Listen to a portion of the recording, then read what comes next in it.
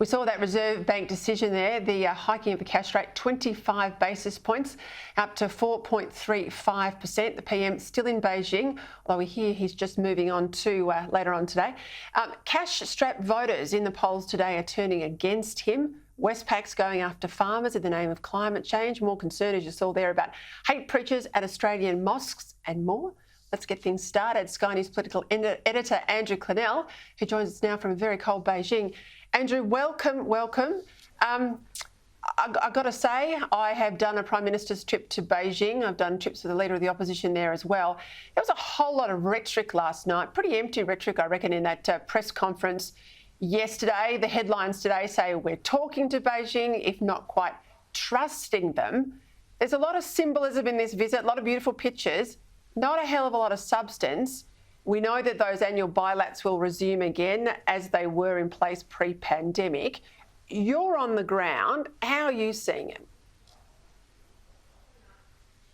Well, we've just had a communique too which says they'll be opening up 3 to 5 year reciprocal business visas. But you're quite right, there's not a lot concrete out of it. We weren't promised that. The point is they're talking again. That's what the Prime Minister would say, and he says that serves the economic interests of Australia as well as the national security interests.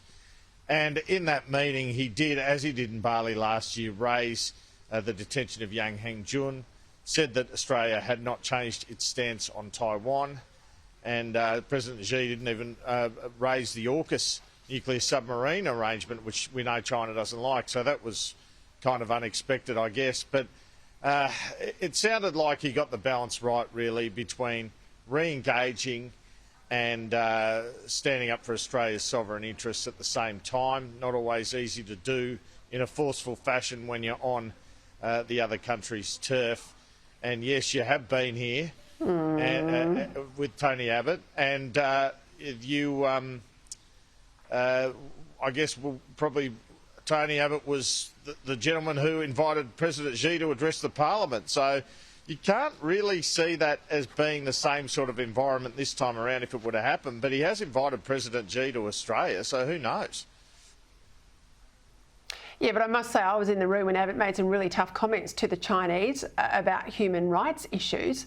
I'm not comfortable in saying that that's where Labor are on this issue. I mean, Labor has not been strong enough, I don't think, on the issue of the Uyghurs.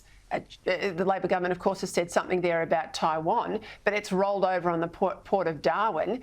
And in the Chinese-controlled media mouthpiece, the Global Times, they're out there today saying the reason the Prime Minister from Australia is in Beijing is that we are there to atone in relation to the relationship with China that we have.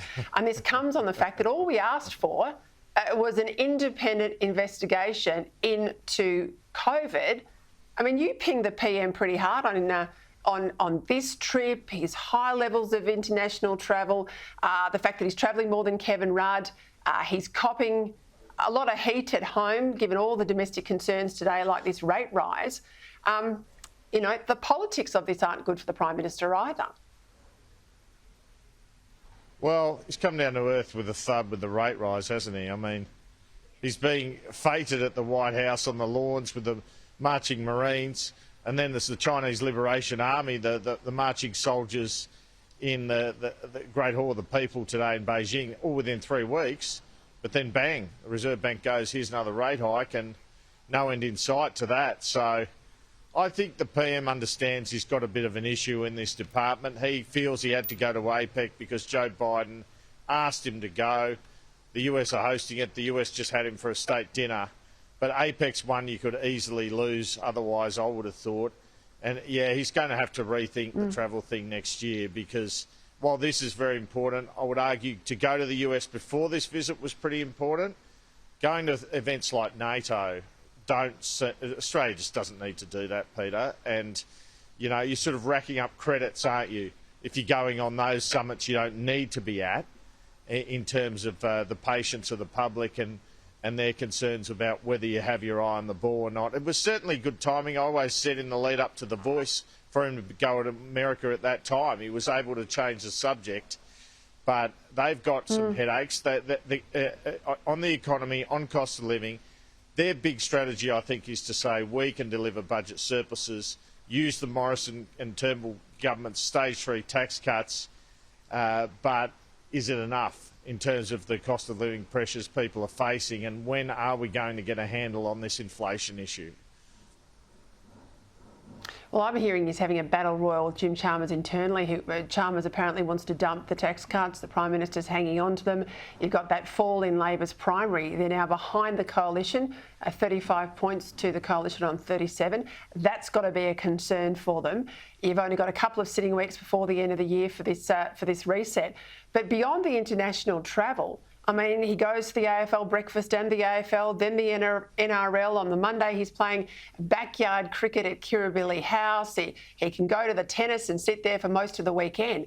I mean, I've got to say, I've worked for a PM. The bloke doesn't seem to be sitting behind his desk enough for me. He doesn't seem to be across the brief, the detail, all the issues that are confronting us.